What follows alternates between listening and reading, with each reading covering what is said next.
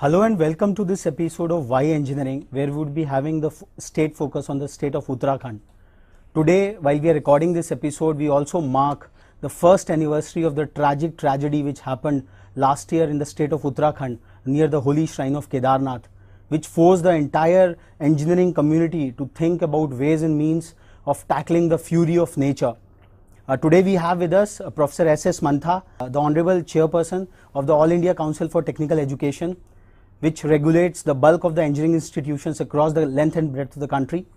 We also have with us Professor K.K. Raina, the Honorable Vice Chancellor of the DIT University, located in the picturesque hills of Mussoorie in the capital city of Dehradun.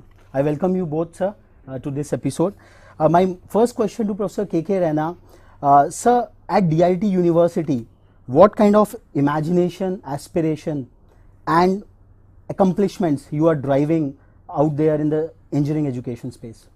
You see, DIT University was established about 15 years back, and if I look at the memoranda of association data and the understanding that what we have to do, I would say that in a short span of 15 years, the DIT University is becoming as one of the big education institutions in this part of the country, which is Uttarakhand. Uttarakhand, being one of the new states in our country, needs a great inspiration from good institutions and the great institutions who will set forth the ball rolling for higher technical education in Uttarakhand in particular, and you should be a role model for the nation that those states which are coming as the new states can also contribute significantly for the growth of highly skilled, achievable, goal-achievable manpower in this country. And I would say that DIT is doing very good in that direction. My next question to Professor Mantha, sir, we do have a multi-layered technical educational framework in the entire country. At the top we have the IITs, NITs, other premier institutions. Then we have these emerging private universities and deemed universities, and the bulk of technical institutions with the state technical universities. What is your prescription? What kind of direction you would like to propose to institutions like DIT, which have taken the private university status, as in research, as in teaching, as in innovation? What kind of dominant direction would you prescribe for them? First of all, you said something about engineering and the kind of tragedy that took place in Uttarakhand about a year back. I just want to say that as engineers, professional engineers, with a lot of understanding of what systems are, and when the systems are put together, how they function, the dynamics of the whole thing. I think the first fundamental issue that engineering community should realize is that you respect the nature, respect the laws of nature, and also see that there is a logic behind what you do. One other dimension that we really need to look at seriously in this country is the introduction of liberal sciences, social sciences, which singularly lacks in most of our curriculum in the universities and so on, which tends to make our engineers more single dimensional, and the lateral thinking abilities, some people they manage over a period of time by going through extracurricular activities and so on, but somewhere you need to relook at some of the curriculum that institutions are doing. I know it's extremely difficult to put everything together, but audit courses, value-added courses, programs, those kind of things can always come about. Like what kind of local and regional challenges can an institution like yours can look into and give a meaningful role to the students at large? Mr. Mittal, I think I put it as advantageous Dehradun and DIT University. Dehradun is surrounded by good institutions, prestigious, whether it is DRDO labs, whether it is a military academy is there. We have the CSIR labs in the periphery. We have remote sensing institution of the country in that area. And there's where I find that Dehradun DIT University can play a very important role. My endeavor, I have joined that place very shortly, is to have a network with these institutions where our youth, the engineering graduates, get a good training, because infrastructure that is established in these laboratories of a very high degree of order as well as precision. good quality instruments are put in place. Unless and until we expose our graduating students there, I think it is no purpose to have such great facilities. There is where we find a public-private partnership coming into place, PPP. And just one more point, the Uttarakhand is not industrially very rich, but there are pockets. Bharat Heavy Electrical Limited, BHEL, is one of the big industries, electrical engineering industry, which is in the close by. So we are trying to have tie-up with them as well, so that our students get trained in these institutions. That is the inclusiveness. See, if I am very good at catering to the socio-economic aspects of my region, I think that is one of the significant things. And then diversify. And diversification has no limit. We come out from that place, go to the rest of the country, and then go globally. But it's a process. See, many things in this country cannot happen in a day. We have great resources, how to encourage them. Civil engineering can play a very significant role in the state like Uttarakhand. Mechanical engineering can play a significant role. Remote sensing, the disaster you mentioned, that, it is, I would say, with all the respect to those people who lost their lives in that very tragedy, I think if we would have the disaster mitigation in place that time, probably we would have saved much more than we lost, but it was not there. So I think it puts us as a challenge, and when there's an opportunity to think about challenge comes, I mean the challenge new opportunities do perceive. So I am looking at that way, DIT can play a very important role. If you look at the DIT view, we have very good civil engineering department, we have very good mechanical engineering department, we have very good IT sectors, computer engineering, I would say the state of the art. We also cater to the petroleum engineering because we have IIP very close by. I think why not make use of the scientists in IIP, which can be as adjunct faculty, visiting faculty to us, and our students can go to IIP and get benefit of what is infrastructure available. That is what the inclusiveness, the local aspects come in. Then we have the Indian Military Academy. See, we need engineers. See, we used to say engineers of construction and engineers of destruction many years back. I think today it is the construction only. I look at it at a very positive approach. Government of India, Ministry of Defence has made great contributions in IMA Act. We produce the greatest, the best of the brilliant NDA graduates from that place. Clement Town is close by, where there is army establishment, air force establishment. I think that's where I find the young people who come to engineering education can also look at as a nationalistic view how we can help our own country. DRDO is an establishment which has to be, I would say, self-sufficient, and Indians have that capability and potential to do all that things. So if Indian diaspora can do much better in NASA and various laboratories in the United States of America, I would say the motherhood comes first. They can contribute significantly. And that is where I find a challenge and opportunity, because if you look at the CERT, we have strengths. Institutions have weaknesses too. Country has weaknesses too, isn't it? How to convert that weakness into greatest of challenges and find opportunities to work with them. That is what is my endeavor to be as a part of the DIT University family and heading and spearheading the institution into the right direction. Do you envisage a policy doctrine in this regard on a national level? As you said that 60% of the AICT framework institutions have the potential in them. Yes, certainly as a concept, as an idea, one can always try that. But before doing that, primarily, all these institutions will need to use technology at a very large scale. For example, they will need to get at massive teacher-assisted learning programs. Like, for example, why not use NPTEL content in a large way? Why not use MOOCs wherever the courses are available? Today there are more than 250 courses available in technology and engineering. I believe a lot of teacher training programs are required, a lot more augmentation of existing labs are required. Before going into discussion on layered institutions and their networking, what I believe is there needs to be a cluster arrangement going on to start with. For example, there are at least 10-12 colleges within a radius of 30, 40, 50 kilometers, many places. Why not these colleges come together and share the best practices? Professor Rana, Professor Mantha talked about like the lack of the commitment and the willpower to upend the engineering education space. So on one side of the spectrum, we really do have the academic push of it, where academic excellence will push a lot of things forward. On the other side of it, there is an industry and the government pull side of it. So where do you see the mix of both of them? Where this, what kind of a mix you envisage for? I think we need to create very effective industry-institute interactions. AICT itself had such big programs over the years. MHRD was supporting it, AICT was supporting it. But I think it needs to be more effective. It should not be only in the papers or funding that projects. What comes out of it is also very, very essential. And for that, I think industry partnership with academia, see what industry needs is not basic just the convention only. It is the objective-oriented education. I think we need to re-engineer our engineering in that direction, create a curricula where student gets the first-hand information that what I have to give. It can be taught by an industry expert, by an R&D expert in different labs. It should not be only the conventional mode of teaching.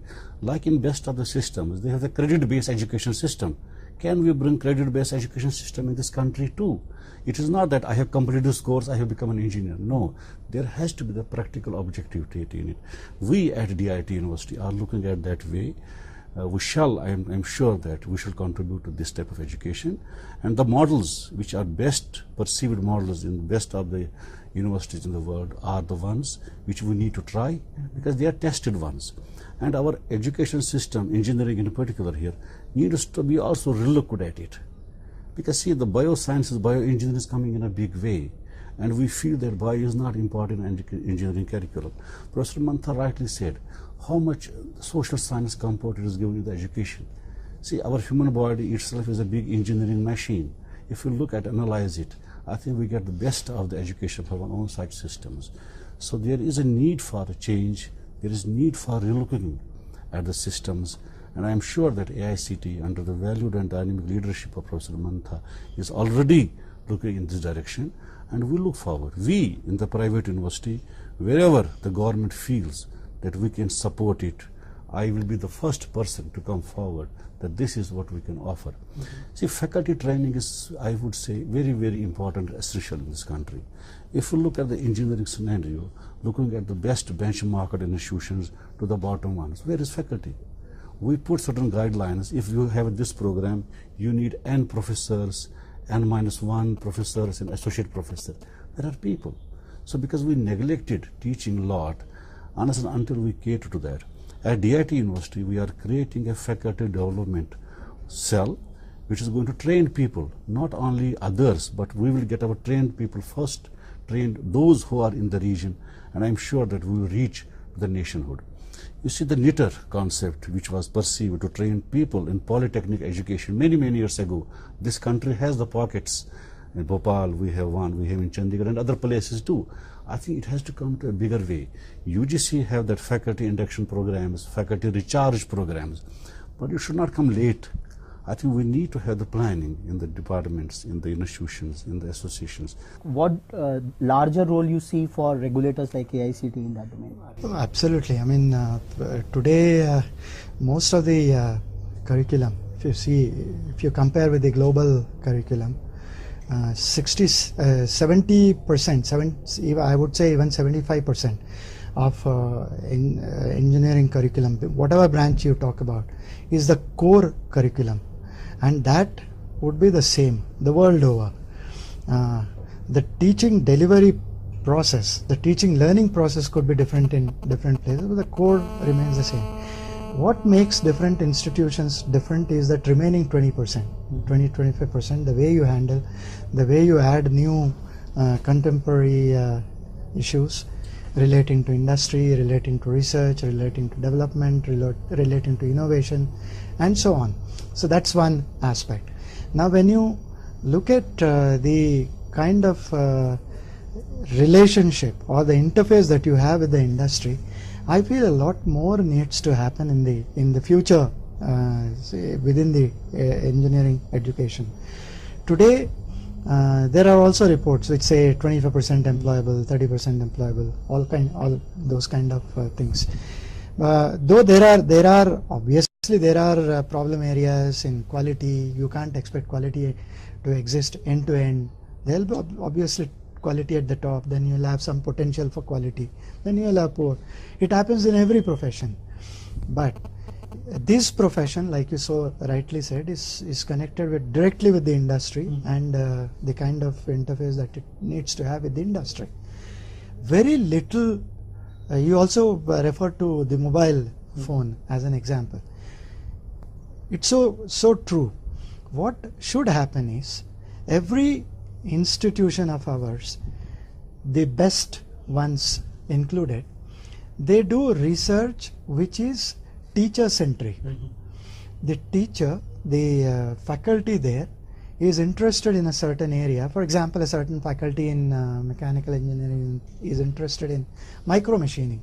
So he keeps doing a lot of good work in that area, publishes papers in that area.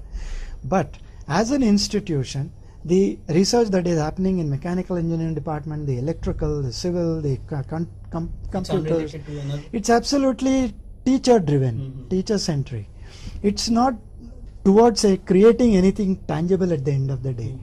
So therefore, we need to refocus the whole thing, create Fraunhofer kind of institutions where you have a institution which acts as a lead center, which creates smaller units around it, which are actually the extension arms of the industries, which do research in specific areas. They are all sitting on the same campus with the institution which is playing the lead role.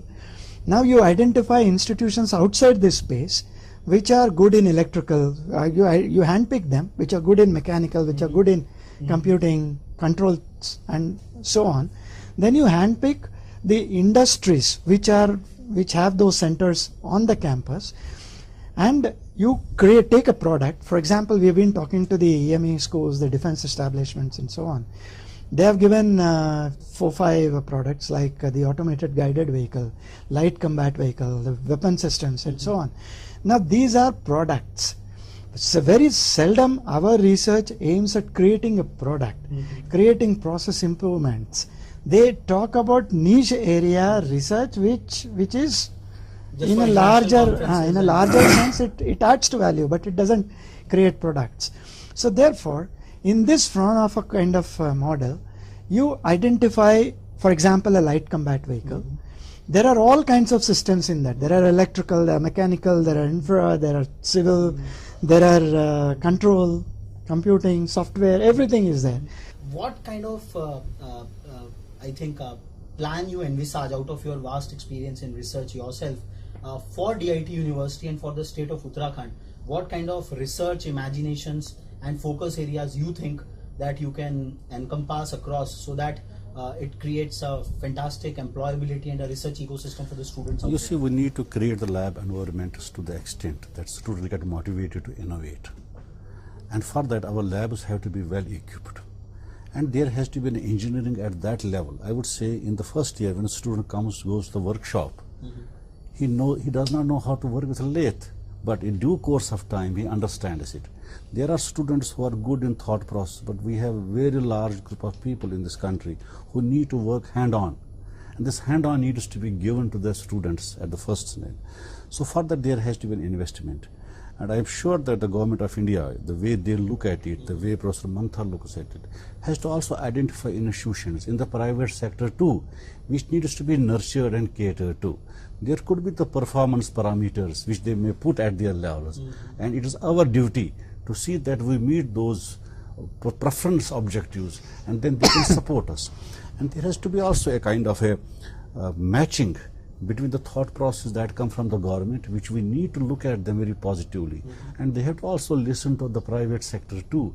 I am sure, Mr. Mittal, DIT will play a very significant role in this direction, and we will go hand in gloves with all the regulatory bodies, University Grants Commission, AICTE, MHRD, in meeting the mission of the nation of technology development. Let this be the era of Indian technologies to give to the globe under Professor Manthar's very, very great leadership. So here we come to the close of this episode of Why Engineering. I think there could not have been a better tribute to the natural fury which unleashed in the state of Uttarakhand last year than this episode of Why Engineering, where we saw Professor Mantha, the regulator of the higher technical education in the country, saying that the regulations of nature should be respected and adhered to, something which led to that unprecedented natural fury. On the other side of it, it seems that the entire higher technical education space of the country seems to be charged with a fantastic model of delivery, where Professor Mantha has really elucidated a fantastic vision of economy-driven education, where localized clusters of various layers of expertise can be integrated together. But obviously, as an academic, he has his focus on the core academic rigor and the excellence and quality of it. His idea of creating a fantastic localized sharing of intellectual capital at a local cluster level is something worth emulating. I think this episode of Why Engineering would really give ideas even at the national level, where a lot of interventions which have happened at the government level, when a lot of ministries have been cross-linked. So MHRD has to look into a different schema, where the other strategic ministries like DST, like MSME, like Department of Public Enterprises, who really have a larger vision of strategic priorities for the country, would be able to give some policy directives and inputs to the Ministry of Human Resource Development. I think it was a really fantastic interaction with Professor S.S. Mantha, the Honorable Chairperson of All India Council for Technical Education, and Professor K.K. Raina, the Honorable Vice Chancellor of DIT University. We would be back again with yet another interesting episode of Why Engineering. Till then, stay tuned.